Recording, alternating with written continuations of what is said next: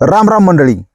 कलम 302 विलॉग या आपल्या मराठी चॅनलमध्ये आपलं स्वागत आहे. आजच्या रंगारंग स्टोरीला जाण्याच्या आधी ते जिल्हा परिषद पंचायत समित्यांचे निकाल आलेत, त्याच्यावर जर नीट नजर टाकली ना, एक गोष्ट लक्षात येते की छत्रपती शिवाजी महाराज जन्माला यावेत पण लोकांच्या घरी, आपल्या घरी नको, असं बऱ्याच जणांची भावना आहे. याचं कारण म्हणजे साधारण कल बघितला तर सगळ्यात जास्त जागा भारतीय जनता पार्टीला मिळालेल्या आहेत. आणि मग लोक कशाला वाटतात भारतीय जनता पार्टीच्या नावाने, हे मताचा मी आहे. बहुतांश जनतेचं पाठबळ भारतीय जनता पार्टी आणि त्यांचे मित्र सहयोगी पक्ष यांना जर असेल तर आपण काय दावी तोडायची मोकार, आलं लक्षात. आणि कुठल्याही मशीनमध्ये फॉल्ट नव्हता, काय नव्हता, एकदम क्लिअर मतदान झालं, हे पण तुम्हाला सांगतो. त्याच्यामुळं जनभावना लक्षात घेता. कुणी वाईट नाही जगात, कुणी चांगलं नाही, कुणी वाईट नाही ना, चाललंय तसं चलून द्यायचं, लई डोक्याला ताण करत नाही. आणि सगळ्यात आपल्या दादा गेले, आता ते बऱ्याच बातम्या अफवा वगैरे येतात, पण माझं स्पष्ट मत आहे की या अफवांचा विश्वास ठेवू नका. दादा आपल्यात नाही, ही वस्तुस्थिती आहे. दुसरी गोष्ट, दादांनी शेवटची जी वाक्य सांगितली ना, ती मला परत एकदा रिपीट करावीशी वाटतात की धंदा करा, सुखी राहा, मुलांना शिक्षण चांगलं द्या, मस्त जागा. हे राजकारण लय वांगा, याच्या नादी लागू नका, याच्यात पडू नका आणि स्वतःच्या पैशाचा मरणाचे 10-10 20-20 कोटी रुपये वाटून लोक निवडून आल्यात. ही वस्तुस्थिती सगळ्या जगाला माहिती, कोण काय कमी नाही. ज्यांनी 2 कोटी 4 कोटी गेलं ना महाराज, ते त्यांच्या 4 पिढ्यांनी त्याचा व्यवसाय टाकला असत, बसून आरामात खाल्ला असतं. इतकं वांगाड ही राजकारण असतं. त्याच्यामुळं त्याचा वापर फक्त आपला टाइमपास म्हणून करायचा, लय डोक्याला ताण घ्यायचा नाही, बिगर चुंबडीचं डोकं कुठं द्यायचं नाही, एवढं मात्र ध्यानात ठेवा. आता आजची जी स्टोरी आहे ही, पुण्यावरून आपण जर नाशिकला निघालो तर आळेफाटा म्हणून परिसर आहे. थोडंसं नाव गुप्त ठेवून विषय काय आणि घटना काय घडली होती 2024ची ही तुम्हाला सांगतो. संध्या नावाची मुलगी होती, 12वी पर्यंत शिक्षण झालं, 4 चौघीत उठून दिसणारी, आणि थोडंसं नखरा जास्त करायची सवय असल्यामुळं आणि दिसायला टकटकीत होती एकदम. तर 4 पोरांच्या नादरा बिरबिरायच्या तिच्याकडं. तिला पण आनंद वाटायचा, हायचं वाटायचं की बाबा मी सुंदर दिसते. ही कल्पनाच भारी असते, त्याबद्दल काय वाद नाही. घरी असलं की सारखं ते आरसा सारखं असं, सारखं डोळं, बोया, आयब्रो, ते आता तुम्हाला कळायचं नाही, ती लय कोराकुर राहते. आता हे सगळं चाललेलं असताना सर्वसाधारण घरातली मुलगी, लाडकी मुलगी, म्हणले आईबापा हुशार, म्हणले पोरगी लय डोक्याला हुशार नाही, पुढं शिकायला टाकली हिनी काय कुठाला केला तर आपले आब्रू पार जाईन. आपण काय करू, तारारेरी करून टाकू, डोक्याला ताण नको. मग त्यांनी त्याच्याच आपल्या साकट्याला साकीट असा नवरदेव बघितला. ह्याला 4-5 एकर जमीन होती, ते 4-5 एकराला बघितला. शेतकरी माणूस, त्याचं कुपनाचं दुकान बी होतं, सगळं म्हणजे व्यवस्थित 4 पैसे येणं होतं. दिलं लग्न करून दिल्यानंतर 4-5 वर्षात 2 मुलं झाली बा. त्याला काही लय कष्ट करायला लागणार, तुम्हाला माहिती.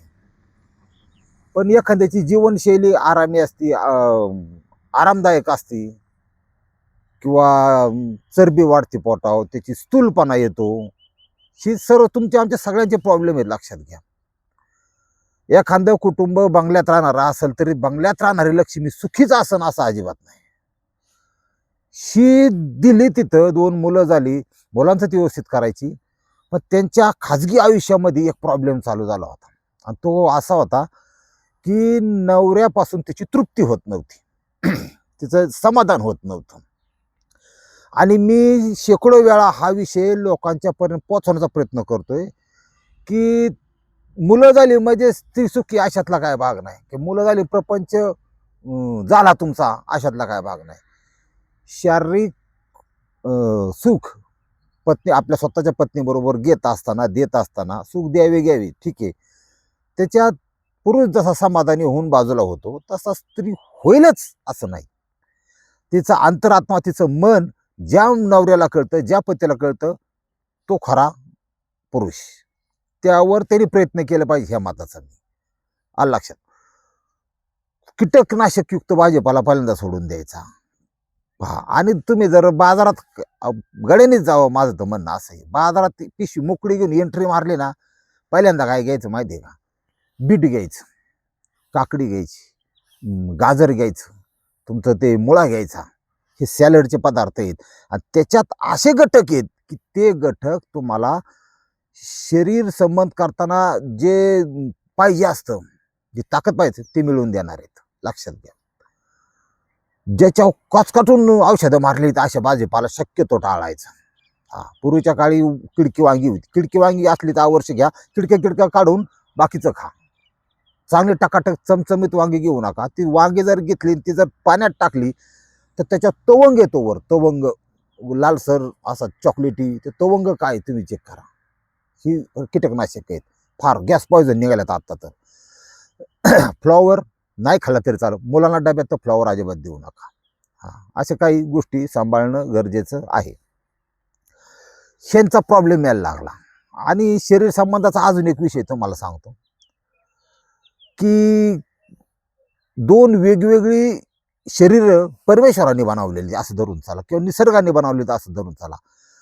प्रत्येक शरीराची वेगळी गरज असते. प्रत्येक शरीराची संरचना सिस्टीम वेगळी बनवली देवाने. ती सिस्टीम तुम्ही जाणून घेतली पाहिजे. हा, साधा सरळ सोप्या भाषेत सांगतो, इसकाटून सांगतो. ती सिस्टीम अशी आहे की एखाद्या पुरुषाला चरण सुख मिळण्यासाठी अगदी ते 3-4 मिनिटात पण मिळू शकतो. आलं लक्षात?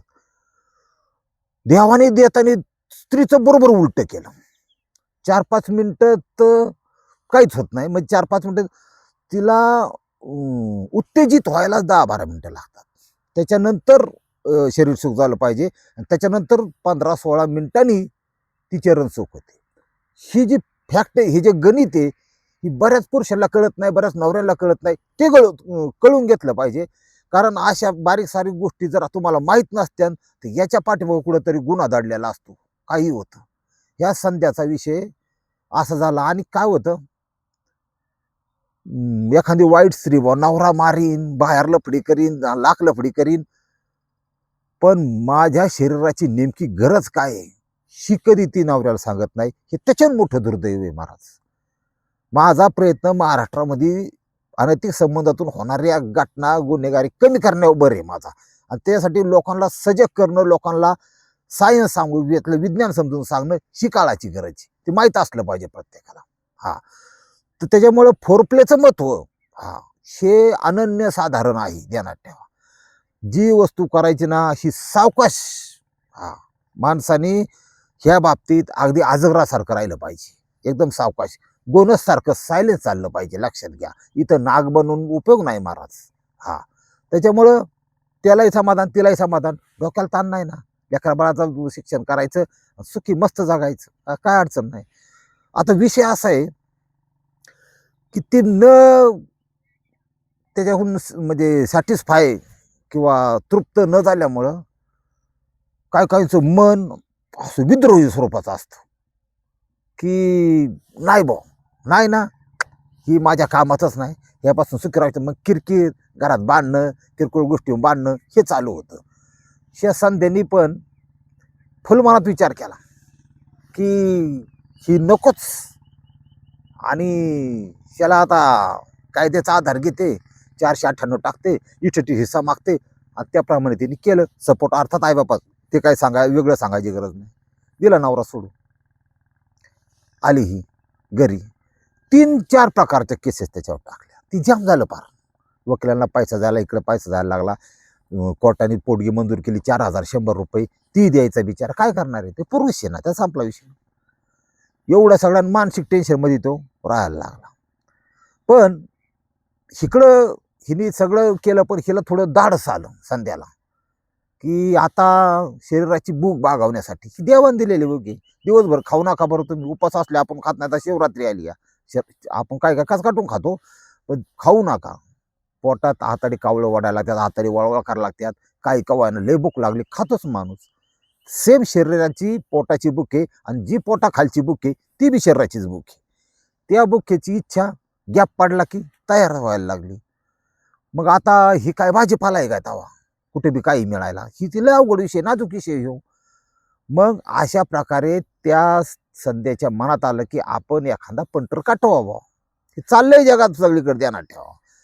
मग त्यांची जी पंटर सिलेक्ट करण्याची जी प्रक्रिया आहे ना, ती कशी असते तुम्हाला सांगतो.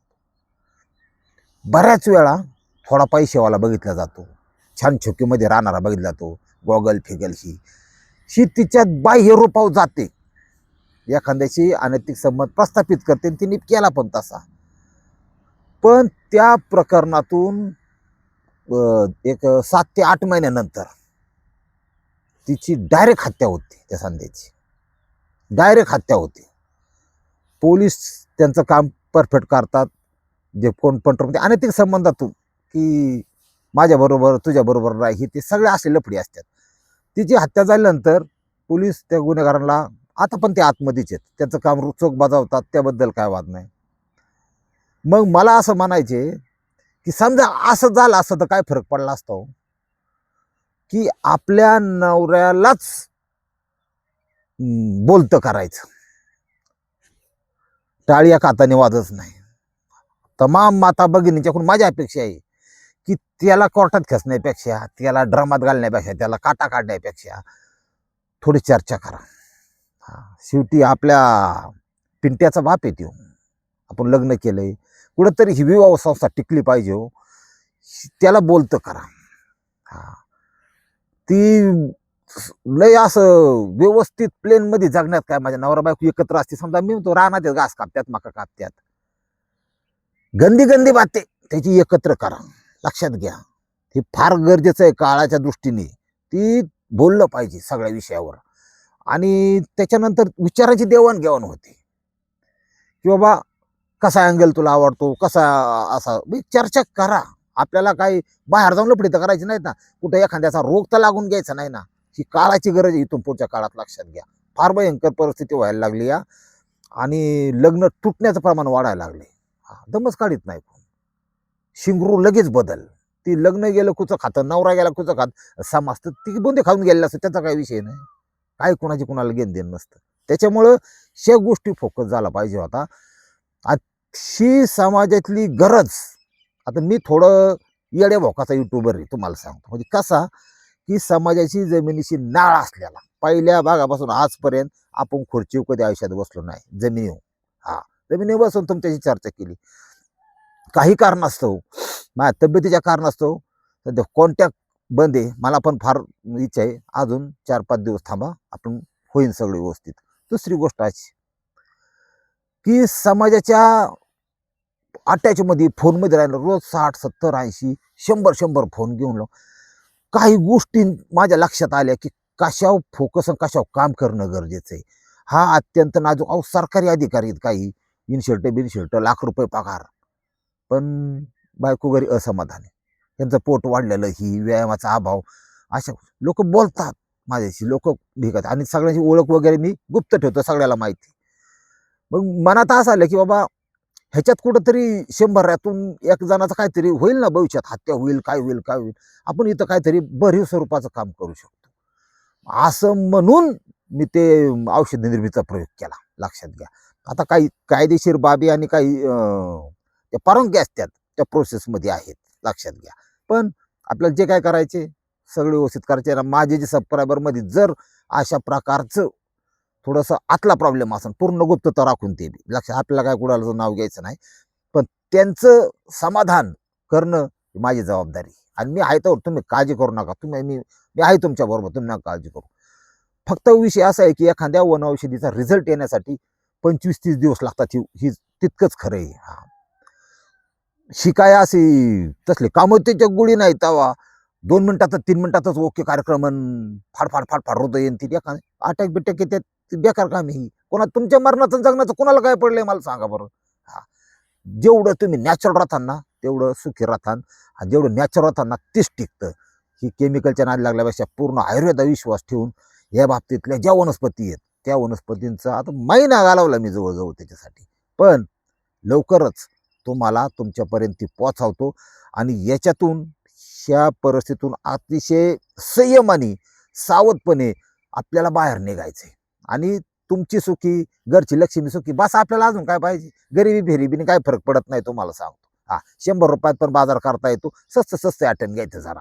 हा, आणि 5,000 घेऊन गेला ना तरी बाजार करता येतो. असं काय नसतं. हा, फक्त जीवन जगत असताना समाजासाठी काहीतरी करून जाणं. हा, आपण माणूस आहे ना, आपण तोंडासून जरी गेलो ना तरी पुढे 100 वर्ष आपलं नाव काढणार बा लोक, तुम्हाला खरं सांगतो. हा, लय माणसानं जर ठरवलं, माणसाकडे जर वेळ असला ना तर माणूस आपल्या तुमच्यासारख्या लोकांसाठी, समाजासाठी 100% लय योगदान देऊ शकतो. फक्त त्याला आवड आणि सवड असली पाहिजे. हा, आणि अत्यंत सोन्यासारख्या लोकांच्यासाठी मी हे करणार आहे. त्याच्यामुळं मी अजात शत्रू माणूस आहे. मला कुणी शत्रू नाही, काय नाही, काय नाही. ते चाललंय तुमच्या नशिबानं चाललंय आणि इथून पुढं चांगलंच होईल, माझा विश्वास ठेवा. ह्या घटनेतून एक बोध घ्यायचा की जितकं तुमचा बंगला असला पाहिजे असं तुम्हाला वाटतं, जितकं तुम्हाला बँक बॅलन्स असला पाहिजे असं वाटतं, तितकंच तुमचं स्वतःचं वैयक्तिक संबंधातलं आयुष्य, शारीरिक संबंधातलं आयुष्य हे सुद्धा उत्तम सुदृढ असलं पाहिजे. आणि करणार आपण, आपला शब्द आहे तुम्हाला. रामकृष्ण हरी माऊली.